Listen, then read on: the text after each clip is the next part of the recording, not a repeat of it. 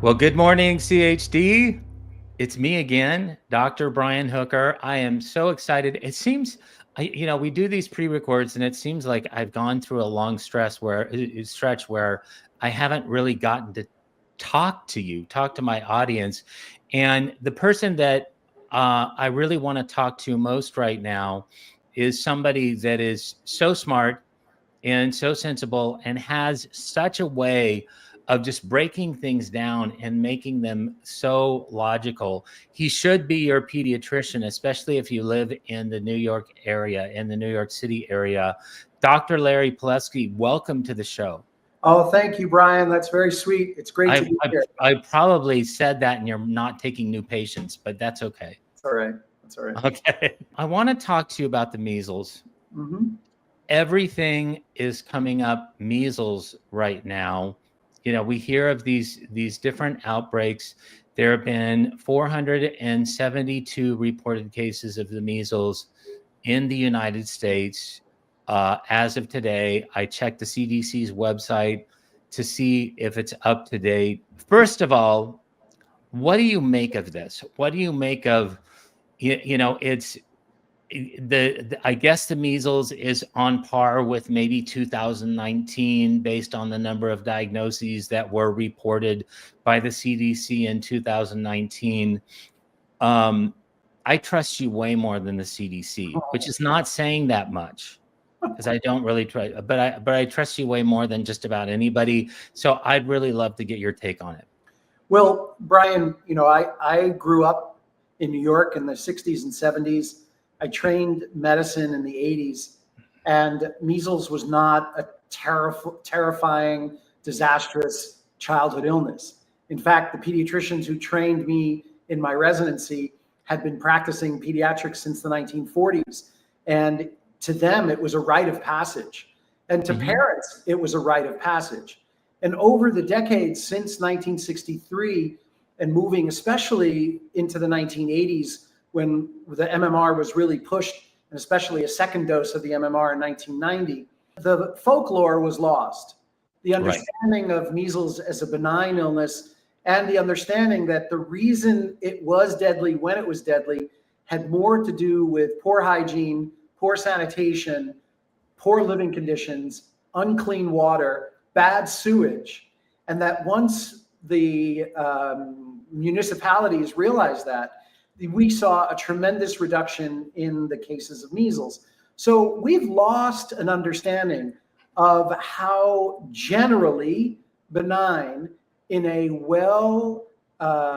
hygiened, well-structured environment where we can have access to good nutrition, we've forgotten what the illness actually looks like. And we've forgotten that it is actually a rite of passage for the pruning and the maturation of a child's immune and nervous system. And so what we're left with, Brian, is fear. Right.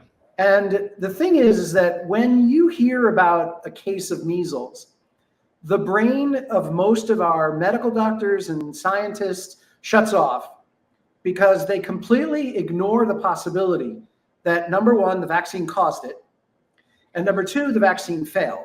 And so it's similar to me the way the oral polio vaccine should be looked at. In the year 2000, what happened with the oral polio vaccine? It was taken out of the pediatric vaccine schedule because it was creating too many cases of polio. Right. And so now when you hear about cases of polio around the world, nobody says, oh, wait, aren't they giving the oral polio vaccine in those places? Because oral polio brings on polio.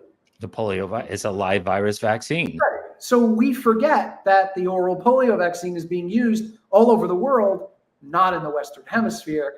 And so we don't even make the connection that, oh, there's an outbreak of polio. Could it have been the vaccine? The same thing happens here. When measles outbreaks occur, which, based on historical evidence, is usually a 2 to 4 year cycle. So measles happens anyway in cycles, regardless of whether there are vaccines or not. And the challenge here is that the sacred cow cannot be challenged. And the fact of the matter is, even though the literature says that this is a live attenuated virus, and that the live attenuated virus can fail and cause an outbreak, we only blame the unvaccinated. And I have to say, that's not science. That's an agenda. That's a propaganda, and that's an agenda, because I'm just talking science. Right. And it's not my science. It's CDC science. It's PubMed science, which says when there's an outbreak of measles, it is the responsibility of the departments of health to clarify whether the outbreak is due to a wild type measles virus or a viral illness stemming from a rogue vaccine.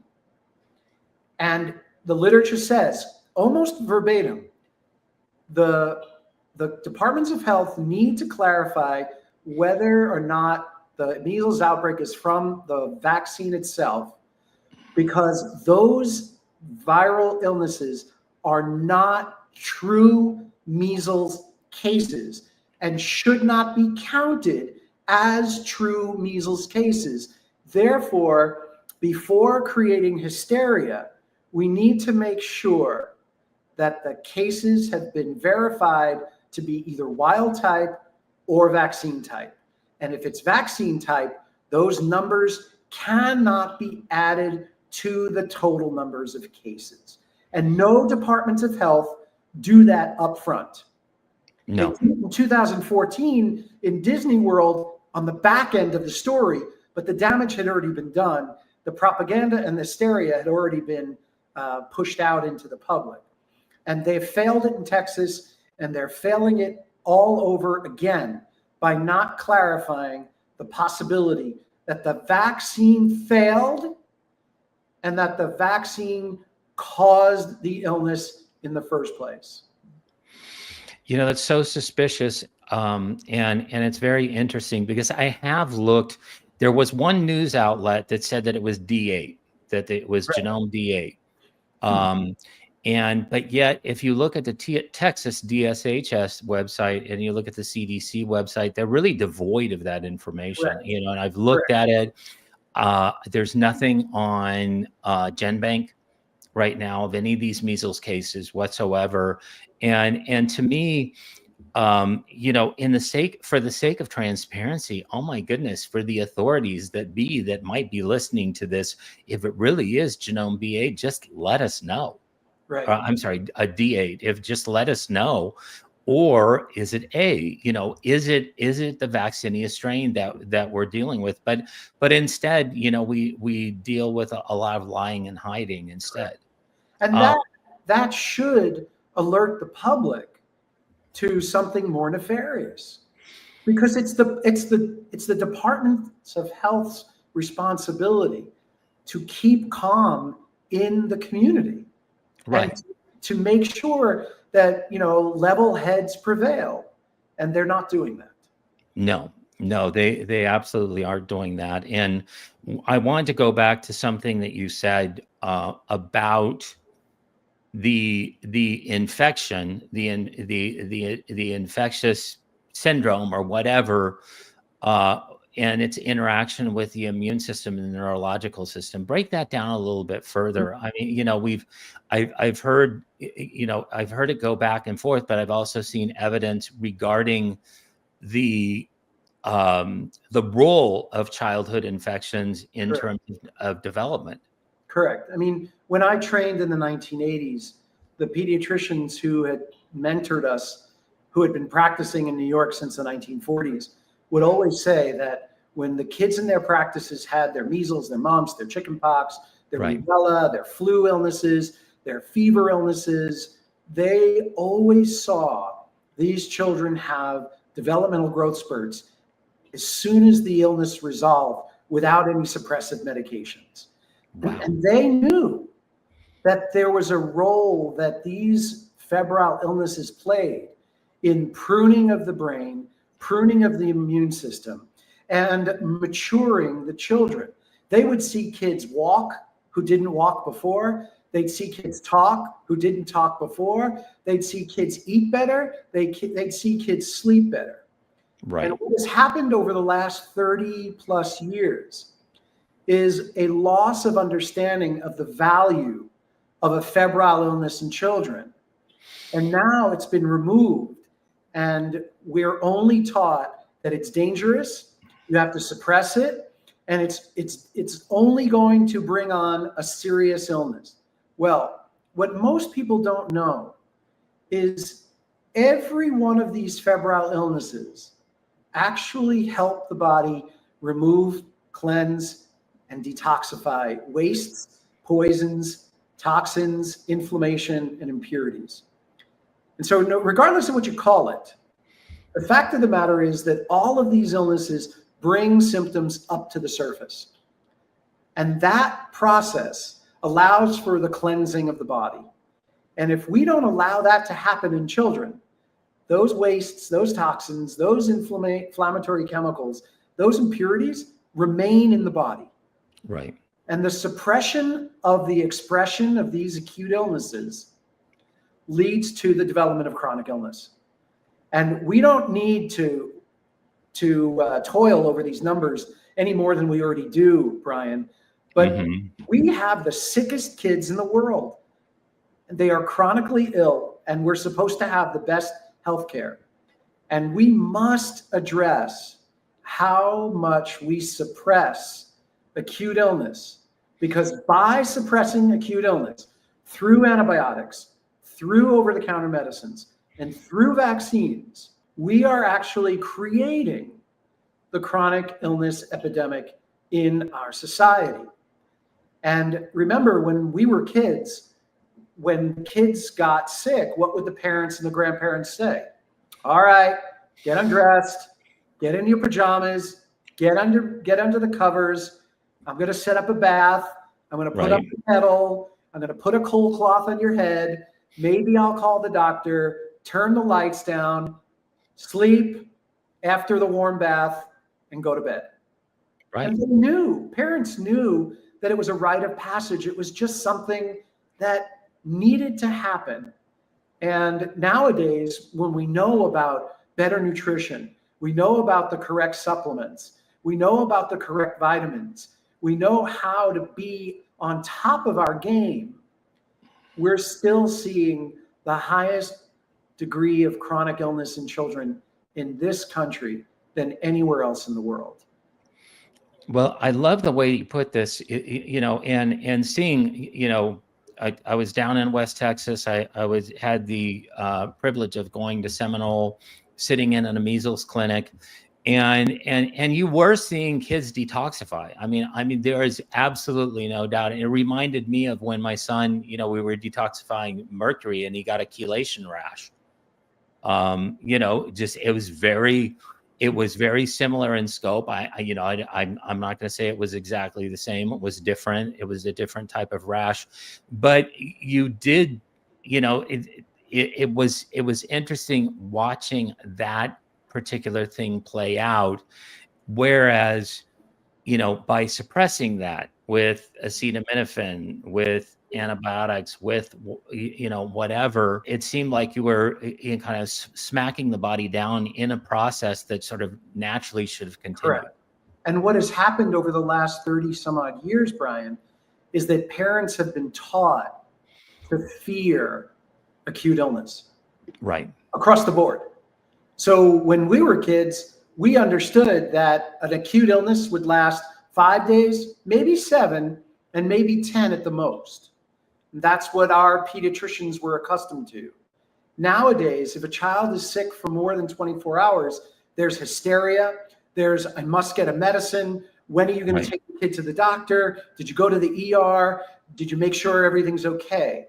So we've lost the folklore. We've lost the handing down generation to generation of the knowledge of what illness is, what it looks like, what the natural course is, and why not to stop it is the best medicine. Precisely. And if you look at the level of hospitalization, I'm a data geek, so I have to bring this out. The level of hospitalizations within this current measles cluster or whatever, overall is 17%. That for the measles seems very, very high. It Right. seems very, and I worry, that we're mucking up something with iatrogenic whatever. Correct. And that we're actually creating a situation that's worse. Right. And I think it's important, Brian, to look at that 17% with a little more critical thinking, because Right. a lot of those kids were hospitalized merely for quarantine alone. Right. They weren't necessarily hospitalized because they were sick or needed intensive care. A lot of it was IV hydration and quarantine. And Right. so, again, that skews the understanding of how serious or not serious an illness might be. And, I even asked Dr. Edwards when I spoke to him last month, I said to him, is there some toxicity that you're aware of that's in the air or being sprayed in the West Texas area?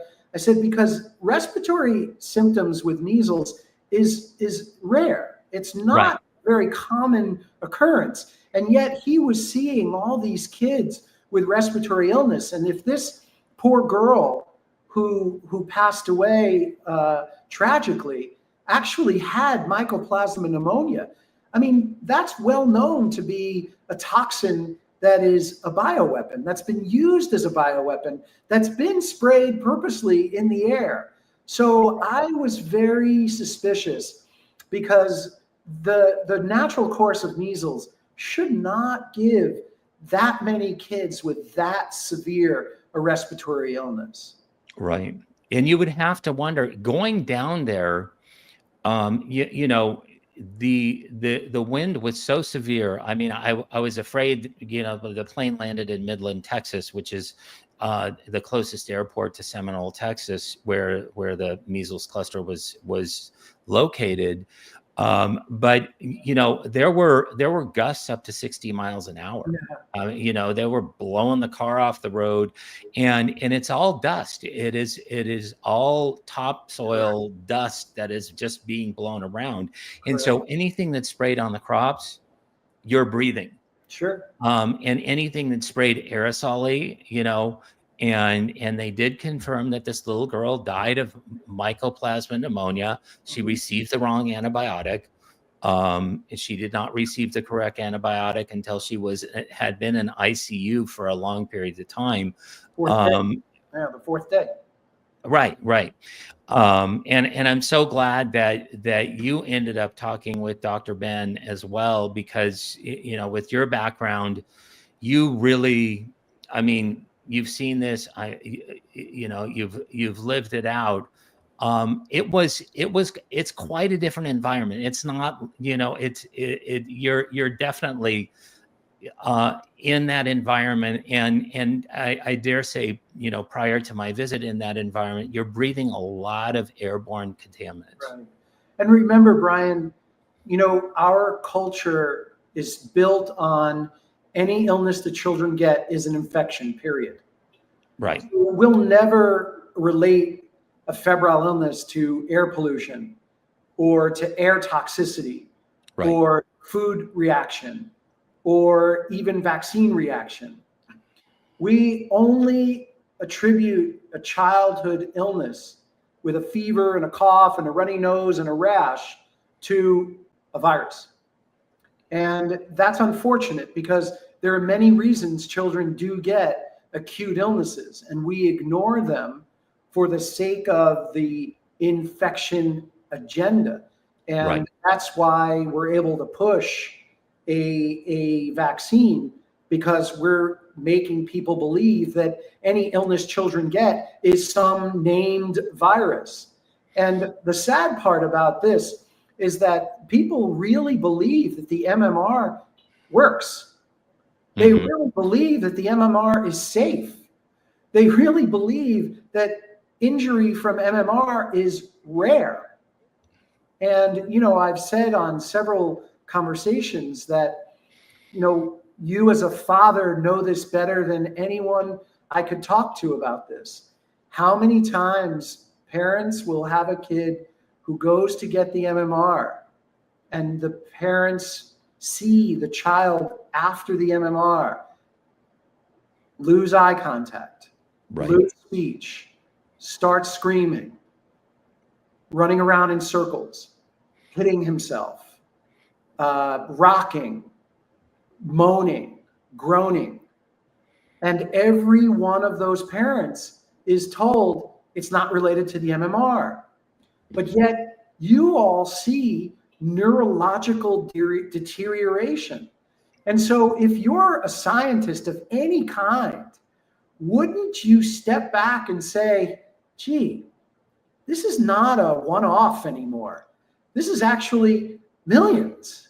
Right. And all the parents say the same thing. It's the same story. You saw it on Vaxxed 1. You saw it on Vaxxed 2. You see it everywhere you go. Mothers and fathers and grandparents all telling almost the same story. If you're a scientist, wouldn't you say, is there something in that shot that would penetrate the central nervous system, the brains of our children, that might cause inflammation and deterioration of brain function? And we just have blinders and the gaslighting. And let me tell you, listeners, this is not a safe injection. It's never been proven to be safe. And there are materials in this shot that have the ability to penetrate the blood-brain barrier and cause the entry of vaccine materials into the brain, causing brain inflammation. And the big issue in our country is not the A word, Brian. Right. It's the neurodevelopmental disability word, which is 1 in 5 children. And that encompasses much more than the A word. And if we're going to have a conversation about vaccines and brain function, we need to look at the larger scope of neurodevelopmental disabilities, which is 1 in 5 children and getting worse.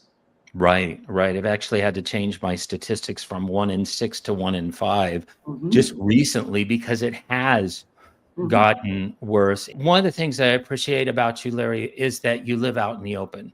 You are with Dr. Larry Palevsky. What you see is what you get, and honestly, you don't tone down your message for anyone, and I really do. I appreciate that.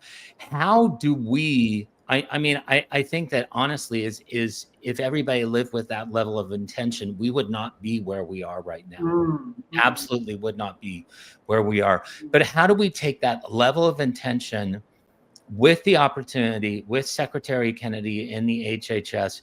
How do we take that level of intention and affect change right now so we can spread the truth around what's actually going on in West Texas rather than just, propagating another myth?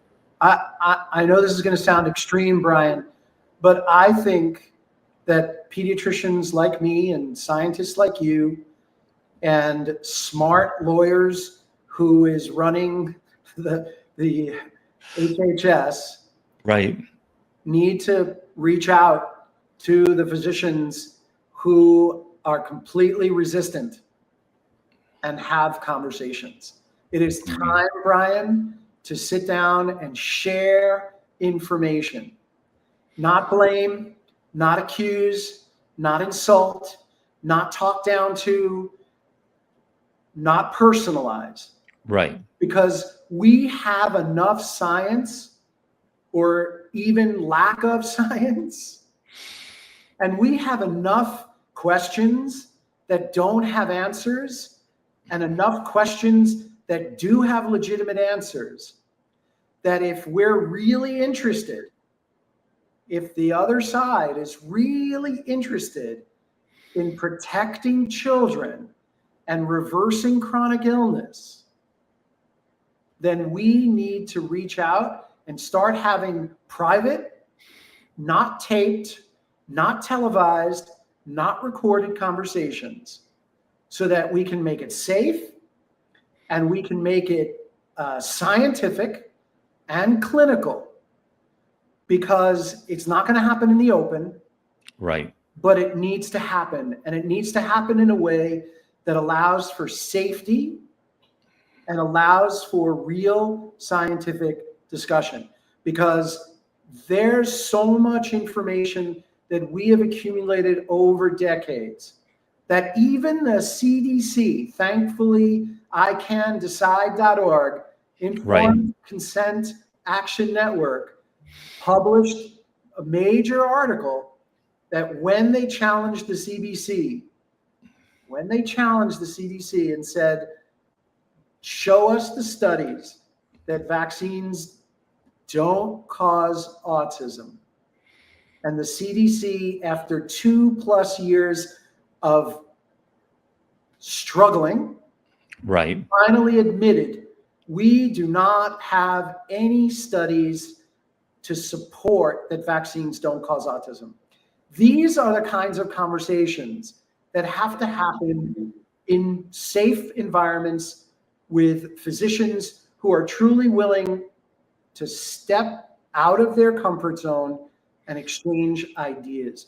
Brian, how many physicians don't know about the Simsidwood Conference? How many physicians don't know about the 2004 DeSantis study? Right? They don't know. No, nobody knows the Stefano study. Thank you. That's right. No, it's fine. That's another D word. But there's so many people that do not, or the Merck whistleblower, Stephen Kraling and Joanne Lokowski, whistleblowers. There are so many things that people need to get educated about. I love the exhortation. Now, let me ask you this. How many times have you initiated such a conversation and you've been rebuffed, blown off, or worse? Well, I had the opportunity in 2019 in another state from New York. Mm-hmm. And I will tell you that there was no opening amongst the physicians and the scientists to even hear what I had to say or to even answer questions. Like I said out loud in one of the discussions, I said, there are food proteins in all the shots. I said, and that correlates with all the rise in fatal allergies in pediatrics. And I had one scientist from Yale who sits on the CDC say to me, come on, you don't think a little bit of food in the shots is causing all these food allergies? And I looked at him and I said, well, that's not scientific. No. At all.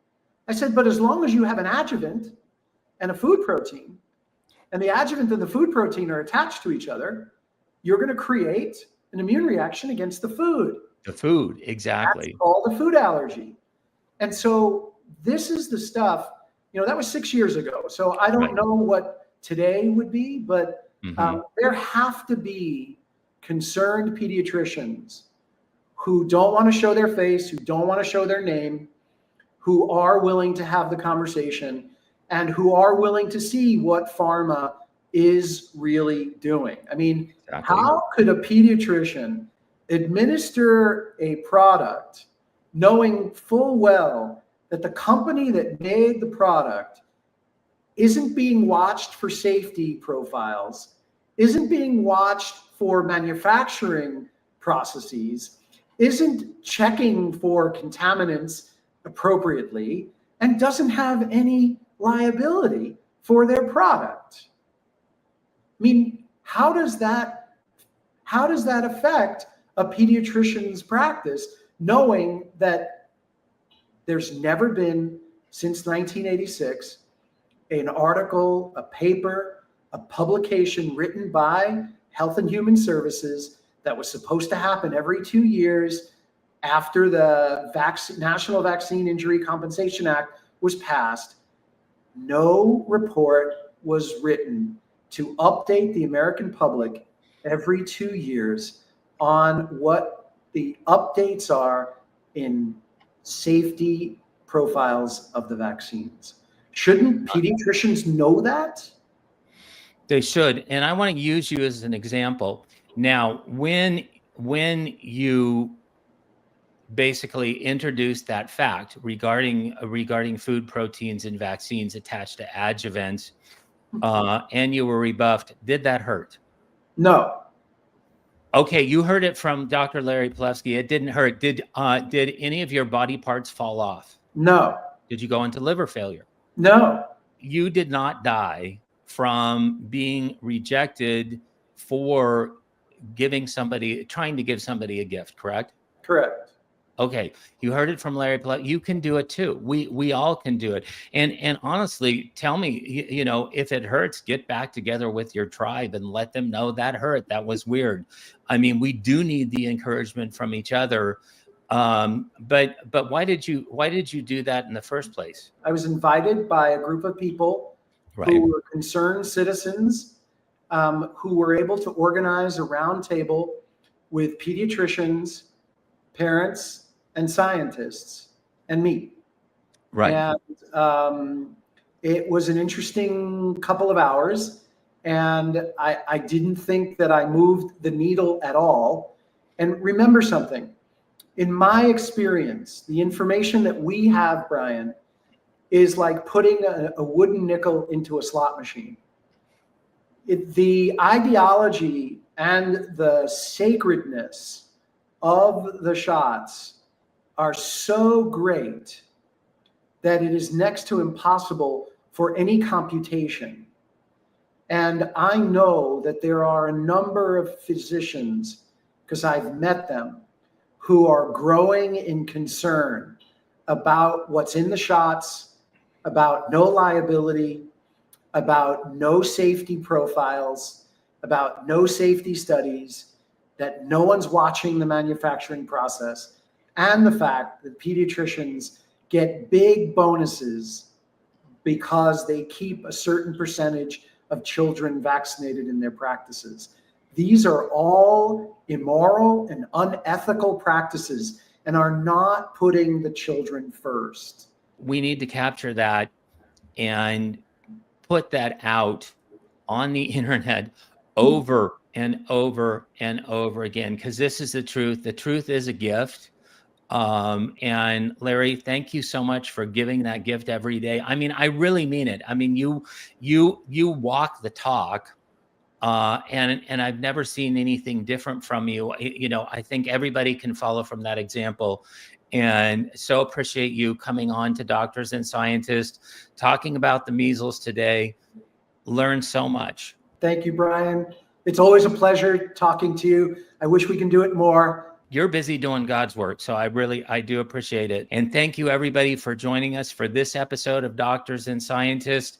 You got the encouragement. You got the exhortation. Engage somebody that doesn't believe the same thing that you do regarding health, freedom, and vaccines. You are giving them a gift by giving them that information, by giving them that knowledge.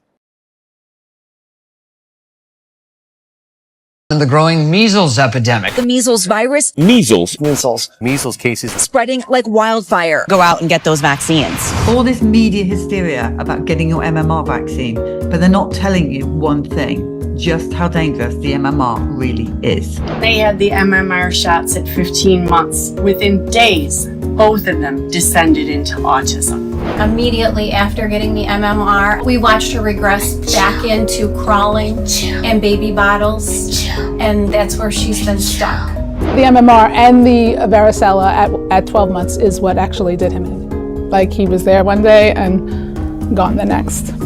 He had the MMR, and we started to notice his decline, not making eye contact, and he stopped talking.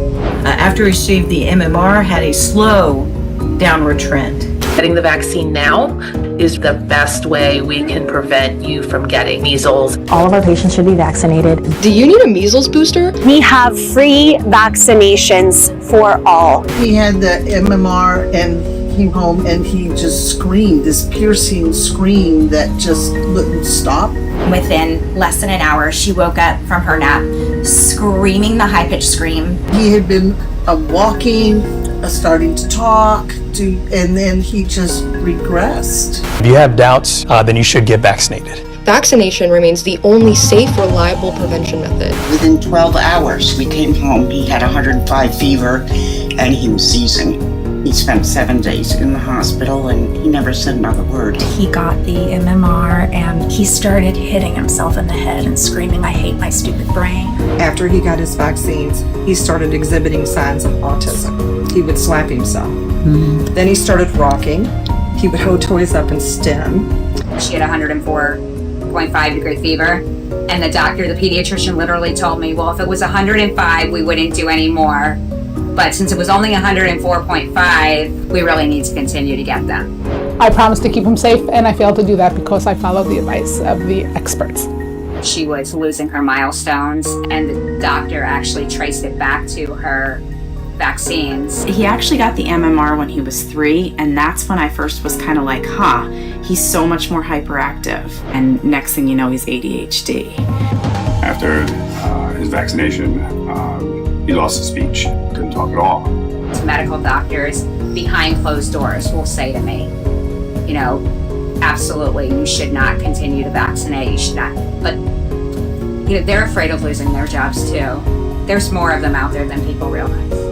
We've heard the same story over and over again, particularly with the MMR vaccination and its relation to autism. We believe these parents.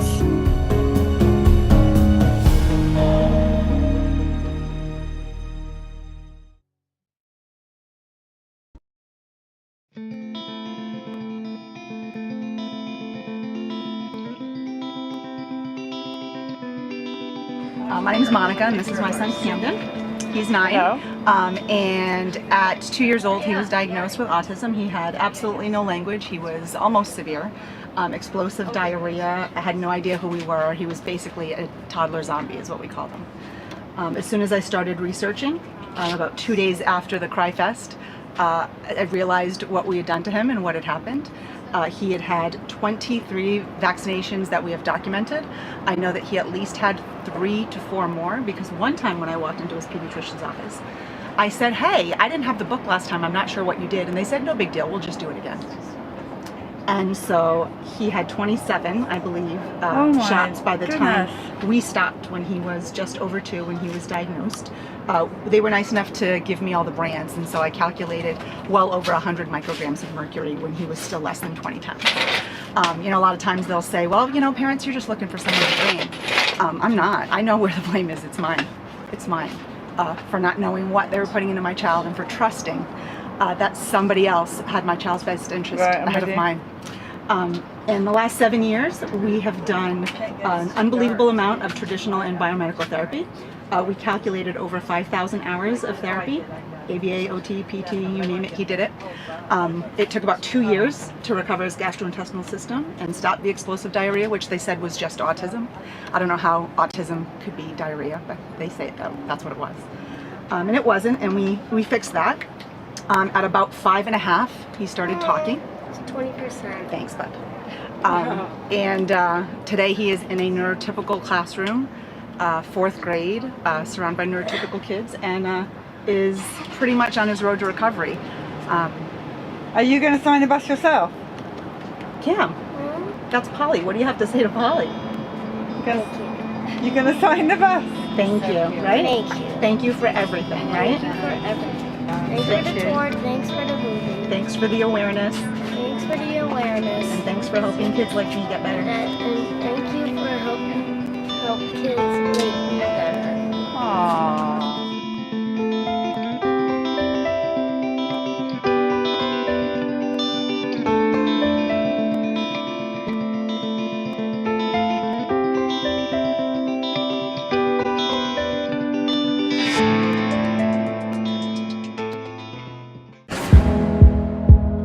This and all CHD TV programming is made possible by generous support from viewers like you. Please consider making a contribution today to keep our programming going strong. Thank you.